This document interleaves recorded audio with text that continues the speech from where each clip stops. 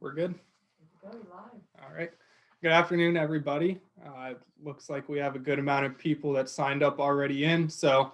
My name is Alex Price. I'm an advisor with the Financial Consulate. A couple of you might have, seen me side jobbing it with Drew at the Hopkins webinar series that we do every year in the spring and fall.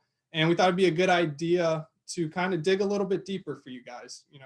We touch on a broad array of subjects during those webinars, and we never get to really go much deeper into the subjects just due to time. So, the point of today is to cover, a lot narrower focus of items, but hopefully the maximum benefit items to you, to these high net worth Hopkins employees. And, if your spouse or anybody else can use these as well. So we'll get started, and feel free to answer or ask questions along the way, and I'll get to as many as I can.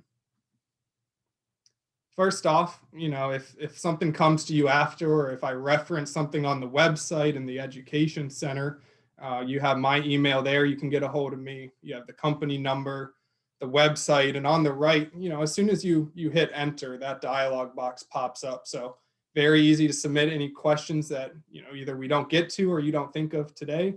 We can answer it at a later time.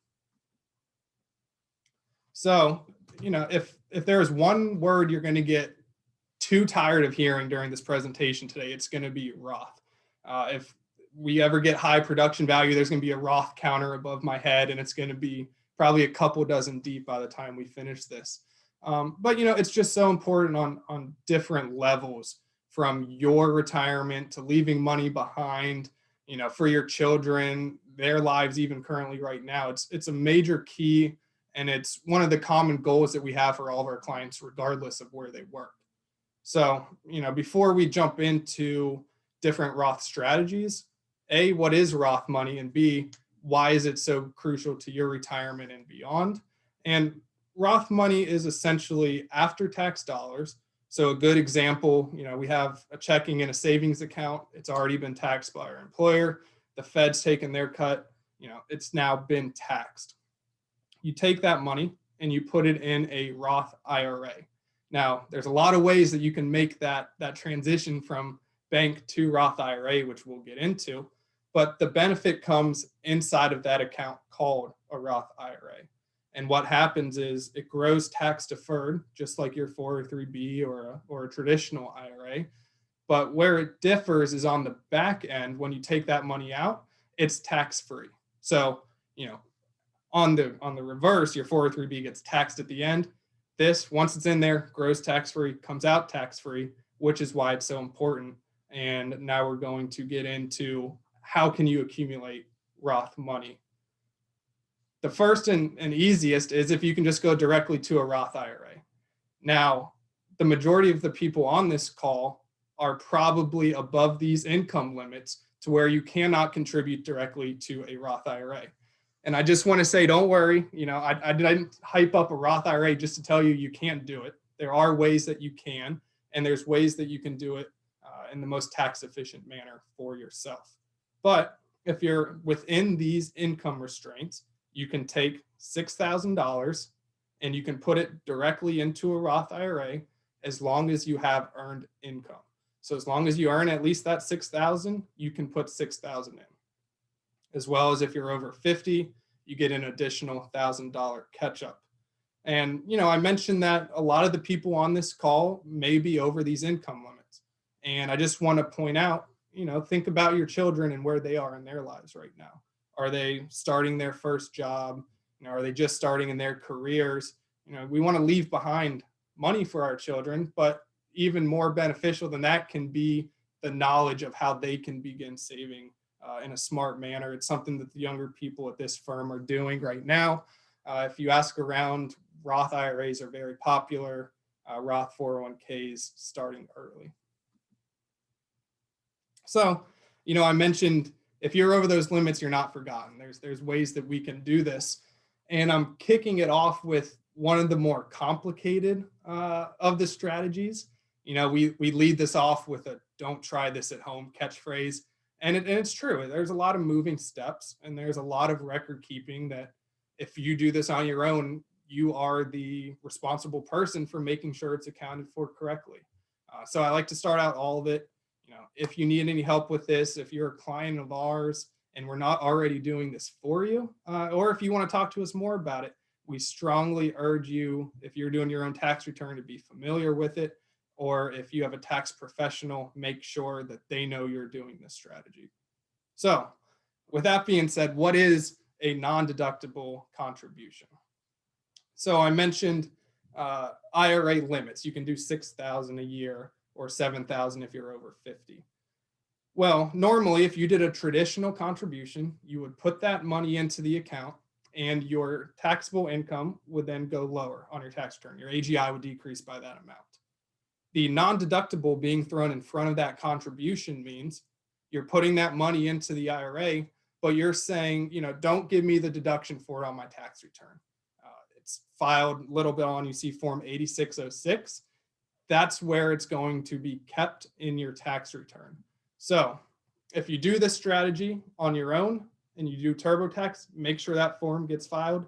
If your accountant does it, if you have an external accountant, make sure that file is in there whenever you're reviewing your taxes. It's very important that it is. And that's kind of your tax prep step of things. So you put that $6,000 or $7,000 into your IRA, and 2 weeks later, a month later, whatever it might be, you can convert that to a Roth IRA tax-free, with one big stipulation in there. And I skipped over that, but the first step is you cannot have any pre-tax money in an individual retirement account. What does that mean? That's a lot of words.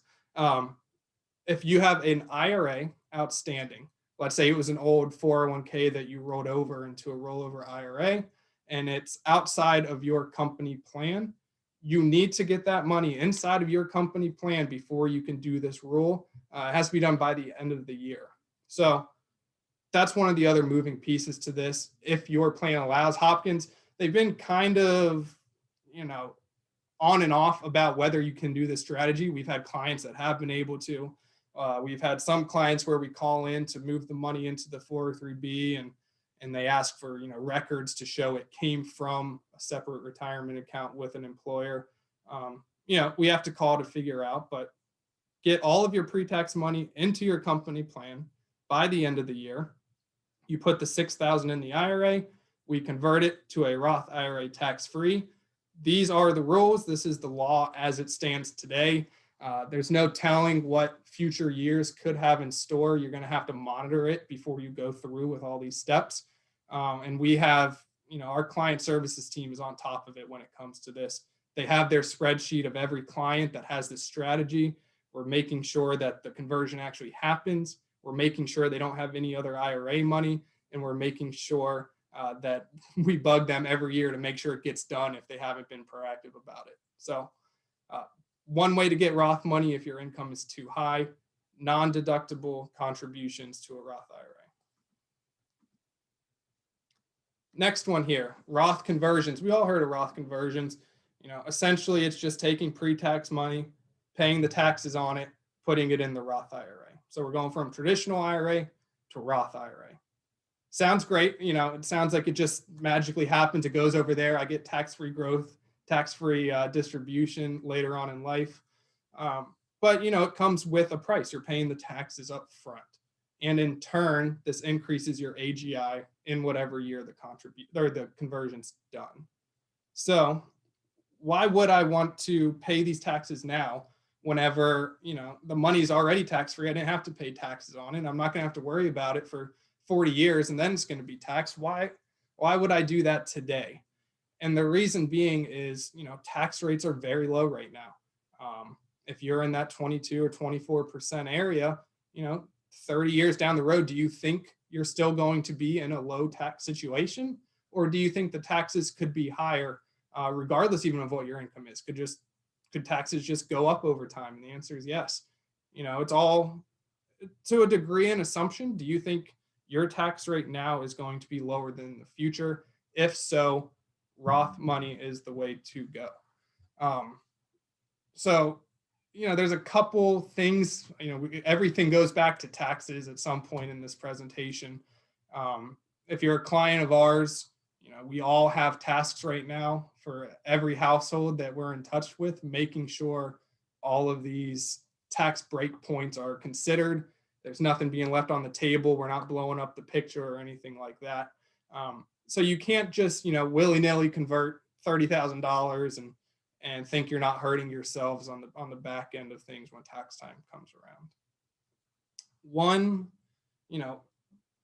we nitpick Hopkins for this exact reason. Drew and I and the rest of the team are lobbying for you guys to get this. There's no Roth 403B option at Hopkins currently. Not saying that they won't add it in the future, but the majority of employers out there have the option for you to do Roth contributions in your 401k or 403b.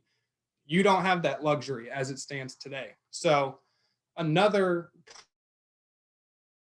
talking about it this morning to a couple who works down at Hopkins, you do the 26,000 to your 403b. If you're over 50, that's the full amount. You do the 26,000, and then you go ahead and you do a $26,000 Roth conversion. So what happened there? You got a $26,000 deduction from contributing to your 403b pre-tax, but then you did a $26,000 conversion. So you basically went down in your AGI and then right back up to where you would have been. Effectively, net zero is something that I just called it for this presentation. Once again, though, if you didn't do this in the past, maybe that $26,000 deduction got you below a few breakpoints that you weren't even aware of. And then all of a sudden you eat that 26,000 right back up, and you're either paying more to Fed or state and you're wondering what happened. Just something else to keep in mind. If you have questions around this or your own tax return, we're more than happy to look at it. Even clients of ours that we don't do their taxes, we strongly encourage them that we review their own prepared tax return, either H&R or TurboTax, whatever it might be, just because those softwares aren't perfect all the time. And we'll go into more of that later. But another way for you to get Roth money is just Roth conversions. Think about your tax picture. Does it make sense? All right. Taxes, taxes, taxes. Maybe I said Roth would be the most said word in this. It seems like taxes are coming up right now, though. But, I mentioned these tasks and things that we're thinking about on a day-to-day basis. And, I highlighted just a couple. Every advisor here can tell you that these aren't the only things we're looking for every year for your taxes. But, a couple big ones here. American Opportunity Tax Credit. So if you have a child in college and they have expenses exceeding $5,000, your income has to be between this $80,000 if single and $160,000 if married. If you're under that, you're eligible for the American Opportunity Tax Credit. If you're above that, you're not. If you're close, there might be a way to get you under. Once again, that's where us as tax planners can come in hand. The CPAs on the team, the CFPs, everyone's aware of this. And it's something we're looking for. Roth IRA contributions. I touched on that. If you're under that income limit, you can do a Roth IRA contribution directly. If you're above it, we have to get a little fancier with it. Maryland state exemption. If you are single, there's basically 3 breakpoints within it. 100 to 150,000 is the range we're looking at. And if you're married, 150 to 200,000 is what we're looking at. Keep in mind, this is Maryland state deduction level, nothing to do with Fed. The other big one is the child tax credit. So that has a higher phase out. If you're married, it's 400,000. And if you're single, it's 200,000. And finally, this is one I'm going to put an asterisk next to, qualified business income. You might have heard QBI. I believe it's 199A deduction, they call it. If you are a pass-through entity, meaning sole proprietor, partnership, I believe LLC, if your business income is flowing to your personal tax return and you see QBI mentioned anywhere on that return, you need to contact us, email, phone call, whatever it might be. I can't get too into the details because it's a rabbit hole of getting the QBI and the max benefit. Just know there's a lot of strategies that come into play if this QBI is something that comes into play on your tax return. And, there's so many other things. We're looking at Roth conversions. We're looking at filling up tax buckets to a certain percentage of Roth conversions if it makes sense for you. In retirement, we're looking at Medicare premium breakpoints, the whole gamut we're analyzing, and we're getting together every year to talk about this. All right, next topic here, a donor advised fund. So what is a donor advised fund and why would I use it? And the question you have to ask yourself first is, am I maximizing the financial benefit of my charitable contributions? And I wrote this in here. I want to make it clear that you should not be solely giving to charities just for the financial gain. You need to have it in your heart, and then you need to do it in what's the most beneficial way to you and your situation. So best example I can kind of illustrate as to why someone would use a donor advised fund is the standard deduction for this coming year is $24,800 if you're married. Let's say that you're going through the itemized deduction route and you get the 10,000 cap for state and local, and let's say you get another 10,000 mortgage interest, whatever it may be. So you're at 20,000, and every year you donate 5 to charity. So with those numbers combined, you get 25,000. So your software, your tax software is going to say, all right, what's the bigger number? 25,000 of itemized or 24,800 of standard deduction? It's going to say, bingo, itemized. All right, you're on your way. You're good to go. And if we pull that apart a little bit, you're donating 5,000 to charity, but you're only really seeing that $200 above and beyond the standard deduction. And this is where a donor advised fund can come into play. So it's an account that you can donate, as much money as you want to into this account, and you get the deduction, the charitable deduction up front at the time of the contribution. So let's say you have cash on hand, 5,000 is your number. You never donate more or less to charity. You say, all right, I'm going to do 4 years of contributions this 1 year into this donor advised fund. So that's $20,000. You then go from 25,000 of itemized deductions up to, 40,000 of itemized deductions, right?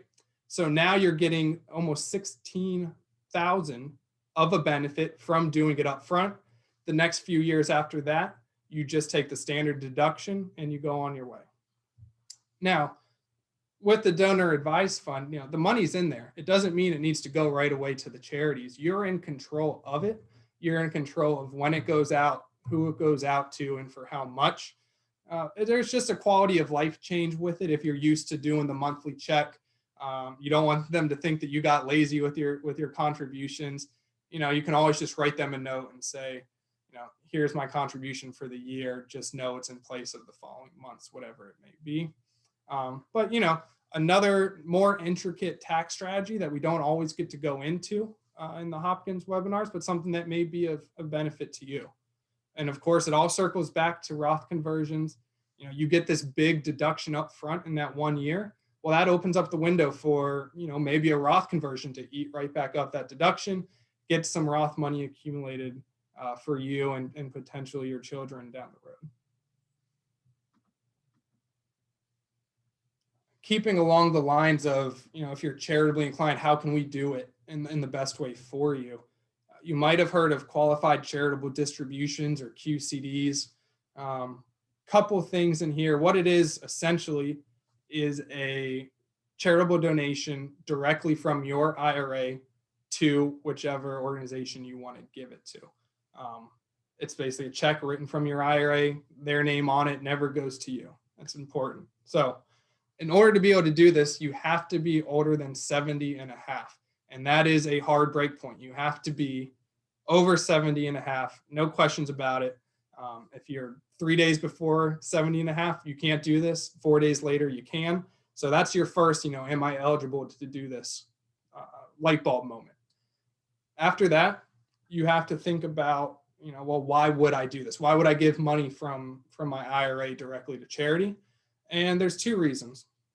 One, you're giving money pre-tax, tax you don't have to pay money to a charity, and it's not taxable to you. So where this comes into, a big material impact is whenever required minimum distributions start to come into play. So let's say you have to take out 10,000. You don't really need the 10,000, but the government's making you take it out, and you normally give $5,000 to charity. Well, you can do a QCD. 5,000 goes from your IRA to the charity, doesn't show up on your tax return. Other 5,000 comes to you. You've effectively cut your IRA distribution in half as far as taxability to you goes, and you do the donations that you normally would have done. So QCD, if you're over 70 and a half, if you're a client of ours, it's very easy. Call us, tell us the company, tell us the dollar amount. We'll take it from there and get the checks to you to hand to them.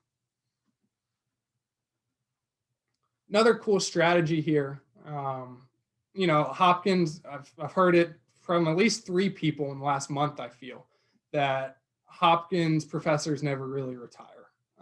Hopkins employees never really retire for that fact. And if you're going to work past RMD age 72, there's a way for you not to have to take money out of your IRAs as you normally would have if you were retired. So what this strategy involves is if you have any IRAs outstanding, again, try and roll them into your company plan prior to the year that your RMD is due. And then every year after that, if you're still working, you're not required to take money out as you would if they were outside of your company plan. Just another little strategy that, if you're working and you've accumulated a lot of money, you probably don't need that RMD and you're just paying unnecessary taxes at that point for money that you're not spending right away. So if you can defer that for even longer, keep that, nest egg growing tax deferred, that's a big strategy. And at the bottom there, you'll see this is not a popular strategy for financial advisors, us included. The difference being is we have to do whatever is in our client's best interest. If that means taking a $1 million IRA that we manage and sending it into their company plan, not for us to advise on anymore, but it means they don't have to take RMDs out and it gets to grow tax deferred. More money is going to their retirement as well as their beneficiaries. It's something we're going to tell our clients to do. And if you are currently, at RMD age and you're taking RMDs, but you're still working and your advisor hasn't told you about this strategy, it might be time to think about if your best interest is being taken into account. And like I said, if you need more info on this, just let us know. Next up here. So, we've touched on Roth money. We've touched on taxes. Next up, we're going to touch on maybe a more, even narrow focus group here of estate taxes when it comes to your accounts that you're going to leave behind. So the federal government was nice enough to give you guys an exemption amount from the estate tax. And that number is single, about 11.5 million, and married, just over 23 million. Anything above and beyond that, Fed's going to take 40%, and Maryland's going to take up to 16% from it. So you might be saying, all right, what's the double taxation here? Is it Fed and Maryland?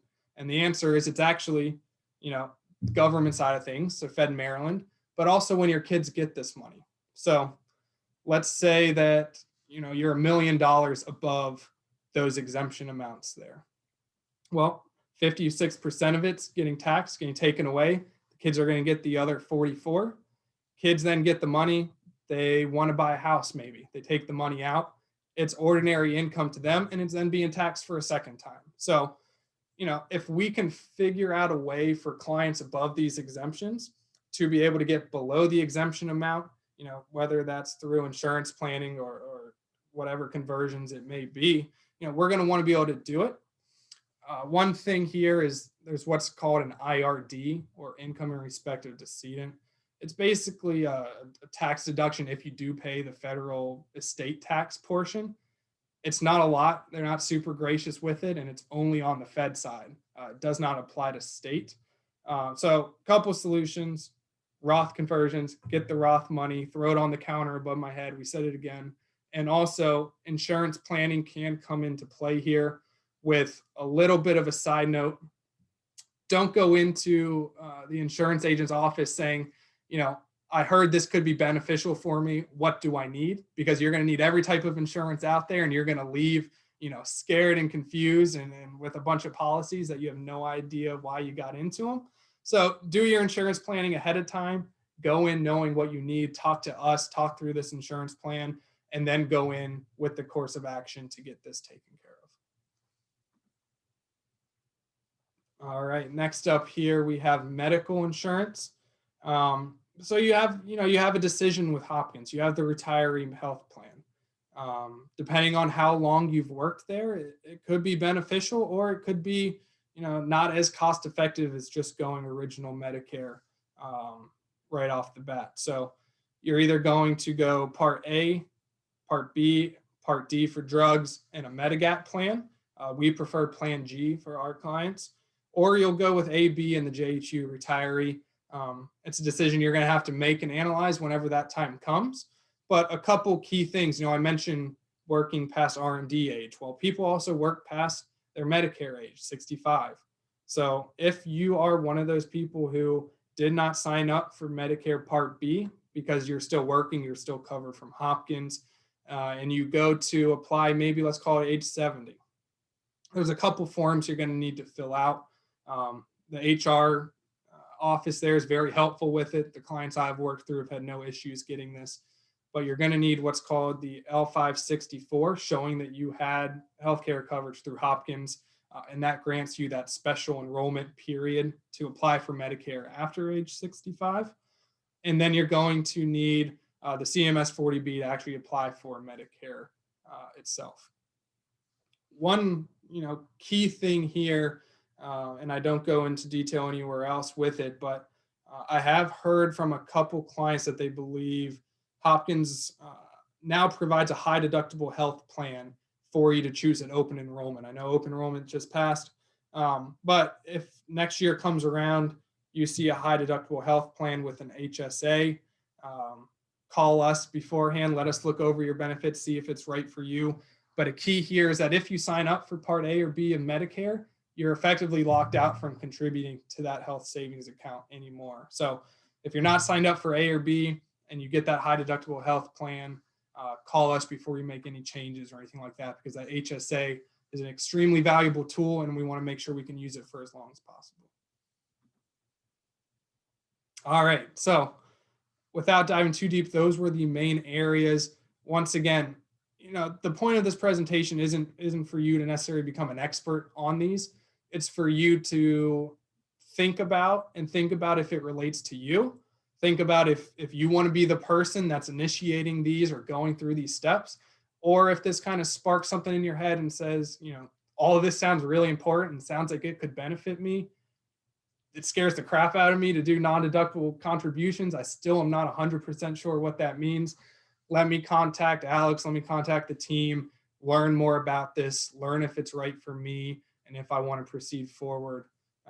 Once again, there's my email. There's the office number, our website, bunch of ways to get in contact with me, Drew, or the rest of the team. We're all here to help you.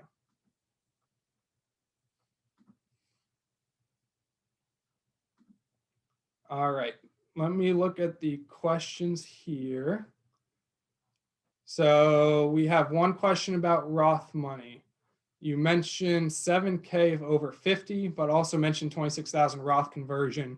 Not clear about the 26,000. What is it? So let me provide a little clarity here. 7,000 is for the IRA. So 6,000 is your base contribution with $1,000 catch up into your traditional IRA or into your Roth IRA. The second part of that was, I threw 26,000 at you. That 26,000 refers to 19,500 for your 403B, and your catch up in your 403B is 6,500.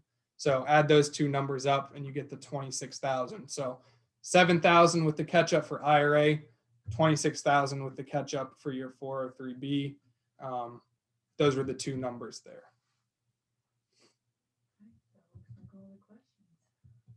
All right. And we have an upcoming webinar. So we have, in an effort to do this more regularly, we have these webinars planned out in advance. So we have a webinar coming up here Friday, January 29th, it looks like. Same time, 12 p.m. Drew will be back sitting in this chair. It's titled Timing is Everything, Beginning of Year Financial Planning Strategies. Probably jumping right back into the tax train and things to think about. So, if this interests you and if you enjoy these webinars, feel free to sign up for that. And the recordings are always on our website under the webinar section. All right. Thanks everybody for joining, and I'll see you at a later time.